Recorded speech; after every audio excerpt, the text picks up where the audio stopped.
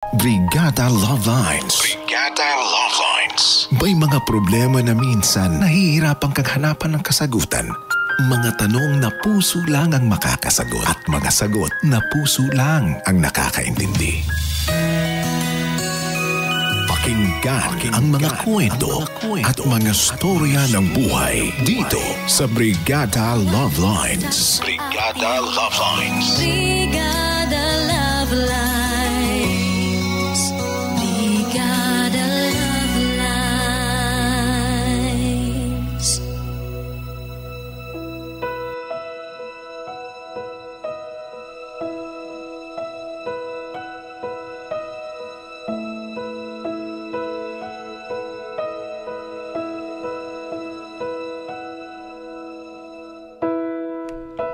Dear Brigada Love Lines, aminin man natin o hindi, pera ang bumubuhay sa atin dito sa mundo. Ito ang dahilan kung bakit hindi tayo namamatay sa sakit at gutom, kung bakit may bahay tayo at may damit na isinusuot. Sabi nga, kung hindi ka raw madiskarte, ay magiging kawawa ka sa panahon ngayon. Kaya kung magkakaroon tayo ng pera, o upang magkaroon tayo ng pera, kailangan magkasama ang sipag at diskarte sa buhay. Brigada Love Lines, tawagin niyo na lamang po ako sa pangalang Bobby. 29 years old mula sa Santa Rosa City, Laguna. Bago pa lang po ako nakikinig sa inyong programa at sa totoo lang, na-enjoy ko na ang makinig sa inyo. Lumaki po akong ulila sa magulang at hirap sa buhay. Pero dahil sa tiyaga ko, kahit papaano, ay nagawa kong magpatuloy. Maayos naman po ang lahat hanggang sa dumating sa buhay ko si Shane. Mayaman siya, Brigada Love Lines. Bukod doon ay maganda at napakabait niya. Kaya naman nga una pa lang ay nahulog na ako sa kanya. Niligawan ko po siya, Brigada Love Lines, at di kalaunan ay naging kami rin pagkalipas ng ilang buwan. Naramdaman ko po ang pagmamahal ni Shane na umabot sa puntong kaya niyang ibigay sa akin ang lahat-lahat.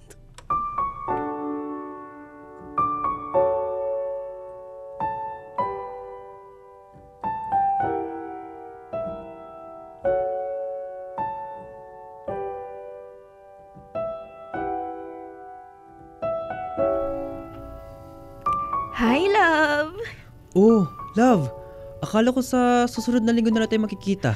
Miss na kita eh. Kaya naisip ko na puntahan na kita rito sa apartment mo. Heto, may mga dala akong pagkain. So, hindi na tayo mamasyal sa mall? Wag na. Nakakasawa na din sa labas eh. Dito na lang tayo. Okay, ikaw ang bahala. Bakit? May gagawin ka ba sa labas? Oo, sana eh. Ano yun? Nabasag kasi itong LCD ng cellphone ko. Ipapagawa ko sana. Hindi na kasi gumagana kaya hindi rin ako makapag-text sa'yo kanina. Ganun ba? Eh, parang wala naman atang pag-asang maayos pa yung cellphone mo. Lumang-luma na oh. Ayaw mo bang palitan? Love naman eh. 2 buwan na nga akong hindi nakakapagbayad dito sa apartment ko. Pambili pa kayo ng cellphone na meron ako. Siya nga pala, hindi ko nabanggit sa'yo. Ang alin? Kanina kasi, nakasalubong ko yung landlady niyo rito. Ayun, kamustahan, chikahan ng konti. So, close na kayo ni Aling Marcy? Oo, ang saya niya nga kachikahan eh. Tapos yun nga pala, nakwenta niya rin sa akin na 2 buwan ka nang hindi nakakabayad ng renta dito. Kaya ayun, binayaran ko na. Ha? Binayaran mo na? Oo, eh bakit? May mali ba dun? Love, nakakaya na sa'yo eh. Ikaw na nga yung nagbibigay sa akin ng pang-grocery eh. Noong mga nakarang buwan, pati bayad ko sa kuryente at tubig, ikaw na rin. Pati ba naman na renta dito sa apartment? Sobra-sobra to mahal. Ano ka ba? Wala lang yun. Diba sabi ko naman sa'yo, akong bahala sa lahat ng kailangan mo. Basta ipangako mo lang sa akin na magtatapos ka ng pag-aaral. 1 taon na lang gagraduate ka na, kaya mas galingan mo pa. Palagi lang akong nakasuporta sa'yo. Thank you, love ah. Kung di dahil sa'yo, ito mangyayari sa buhay ko. Hayaan mo. Mas gagalingan ko pa para naman hindi masayang yung binabayad mong tuition para sa pag-aaral ko. Hindi kita pinipressure ha. Pasadong grades, okay na sa akin. Hayaan mo, love. Pagka-graduate ko, Babawi ako sa'yo. Bakit? Hindi naman ako nagrereklamo ah. Gusto ko tong gawin at gusto ko tong ginagawa para sa'yo. Alam mo, love, ako na ang pinakaswerteng boyfriend sa buong mundo. Nagkaroon kasi ako ng girlfriend na kagaya mo. Hindi ko nga alam kung bakit mo ito ginagawa eh. Sino ba naman ako? Sino? Ikaw lang naman ang pinakamamahal kong lalaki. Sko naman. Halika nga rito, pakis. Ano ba? Payakap pa ka na maigpit. Ito ang pangako sa'yo, love. Mamahalin kita hanggang dulo. Magtatapos ako. Magtatrabaho. Magsusumikap. At syempre, pakakasalan kita kapag mayaman na ako. Talaga ba? Oo naman. Ikaw ang babaeng pinakamamahal ko.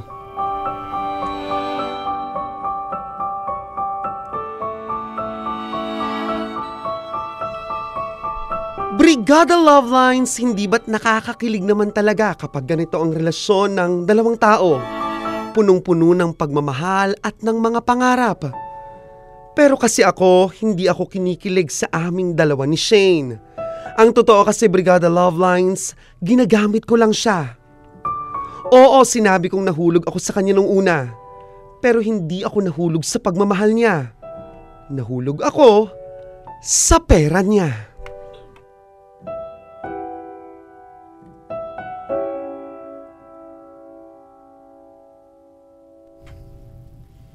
Grabe pare, hanga na talaga ako sa kagwapuhan mo. Iba ka, ikaw na talaga. Ano bang magagawa ko? Siya naman yung bigay ng bigay sa akin. Alam nga naman tumanggi ako. Sayang din yun. Yun na nga ang kinaiinggit ko sa'yo. Hindi mo hinihingi at kusang ibinibigay sa'yo. Umamin ka nga sa akin, ginayuma mo ba yung sisin at talagang ibinigay na sa'yo lahat? Anong gayuma ka dyan? Hindi gayuma yun. Konting bola at pakyut lang yan. Grabe, ang swerte mo. Nakabingwit ka ng malaking isda pare. Ang ganda-ganda na nga ni Shin, ubod pa ng yaman. Wala eh. Magaling talagang pumili ng babae. Teka, naipakilala ka na ba niya sa mga magulang niya? Hindi. Ang sabi niya, nasa ibang bansa raw yung mga magulang niya.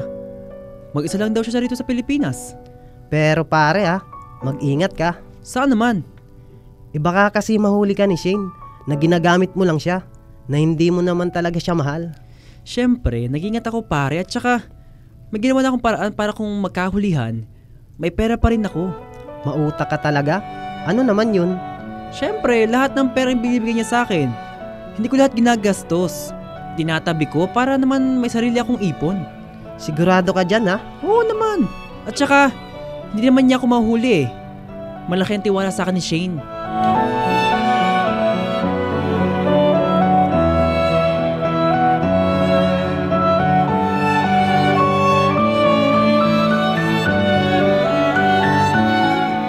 Love, ano nito mas maganda? Itong light brown o itong dark brown na sapatos? Parang mas maganda yung dark. Mas bagay sa'yo. Tas ito rin, love. Isukat mo rin to. Hindi, love. Huwag na yan. Isa lang naman ang bibilin ko eh. Isukat mo na. Dalawa na nga yung bibilin mo. Minsan ka na nga lang bumili ng sapatos. Love, isa lang ang kasya sa budget ko. Ano ka ba? Ako nang bahala, love. Grabe naman, love. Best girlfriend ka talaga sa buong mundo. Nako, ikaw talaga? Nambola ka pa. Hindi mo naman kailangan mang bola eh. Totoo naman kasi. Best girlfriend ka talaga. At hindi ako papayag na makuha ka pa ng iba. Akin ka lang. Oo naman. Sayo lang ako, love. O siya, kuhanin na natin tong dalawang sapatos. Sure ako na litaw dyan ang kagwapuhan mo. At pagkatapos natin dito, bumili naman tayo ng pantalon mo. Ano ka ba, love? Wag na. Nakakaya na. Mas maigi siguro na kumain na tayo. Nagutom na ako eh. Oh, sige. Ikaw ang bahala. Love, thank you ulit ha. Hindi talaga ako magsasawa na ipagsigawan sa buong mundo kung gaano kita kamahal. Pakis! Wala akong plano na mahalin talaga ng totoo si Shane. Iisa lang naman ang gusto ko eh. Ang mabuhay ako ng walang kahirap-hirap. Tipong nakakapag-aral ako ng walang gastos.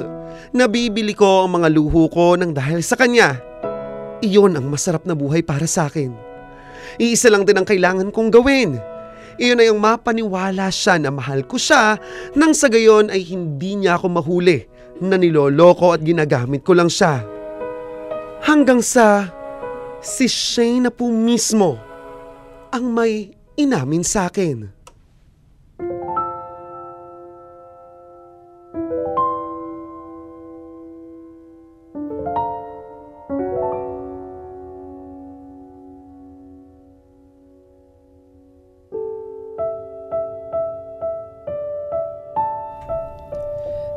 Teka nga, love. Parang wala ka na naman sa sarili. May problema ba? Wala, may iniisip lang. Ano ba kasi ang bumabagabag sa isip mo? Sabihin mo na kaya sa akin. Ano kasi, love eh? Love, tungkol ba saan yan? Tungkol ba sa relasyon natin? Oo eh. Ano nga yun? Love, sorry kung hindi ako nagsabi sa'yo ng totoo. Ha? Ano bang ibig mong sabihin? Ayoko lang naman kasing mawala ka sa akin eh. Alam mo, love, sabihin mo muna kaya. Hindi naman kita maintindihan eh. Bobby, I'm sorry pero may asawa na ako. Ano? Hindi ko to sinabi sa'yo kasi alam kong lalayuan mo ko. Alam kong iiwan mo ko. Sorry kung nagsinungaling ako sa'yo. Paano may asawa? May asawa ka na? Kailan pa? Matagal na. Bago pa tayo nagkakilala. Ang totoo niyan, lahat ng perang binibigay ko at ginagastos ko sa'yo, sa asawa ko galing yun. Anong sabi mo? Bobby, sorry. Hindi ko naman sinasadya eh. Pero, paano nangyari yun? Di ba sabi mo, mayaman ang mga magulang mo? Hindi totoo yun. Paano mo nagagawa makipagkita sa akin? Nasa ibang bansa ang asawa ko. Doon siya nagtatrabaho. Wala kaming anak kasi ayoko. Napilitan lang naman ako magpasal sa kanya kasi dahil sa mayaman siya. Ang totoo, hindi ko naman siya mahal. Lalo pa't 45 years old na siya. Love, ikaw ang mahal ko. Ikaw lang. Kaya wag ka sanang magalit sa akin. Please, love. Ito naman. Love, huwag kang mag-alala. Hindi ako galit. Hindi kita iiwan. Talaga? Oo.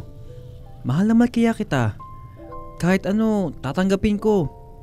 Kahit pa maging pangalawa ako. Kahit pa maging kabit ako, okay lang. Basta kasama kita. Ikaw lang yung mahal ko, love.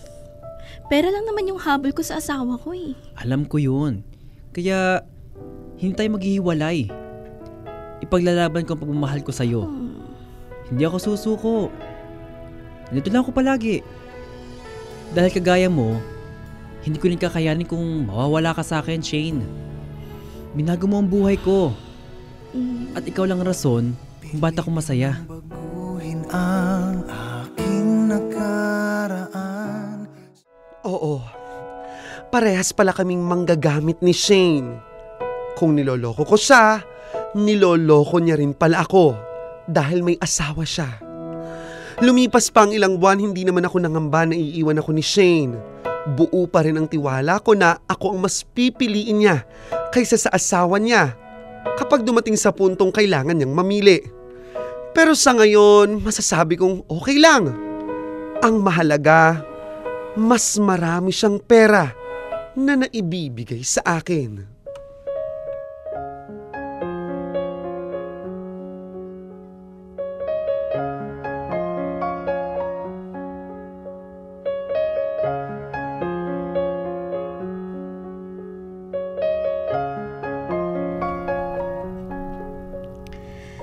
Love, ito na nga pala yung perang sinabi kong ikaw na yung mag-iipon.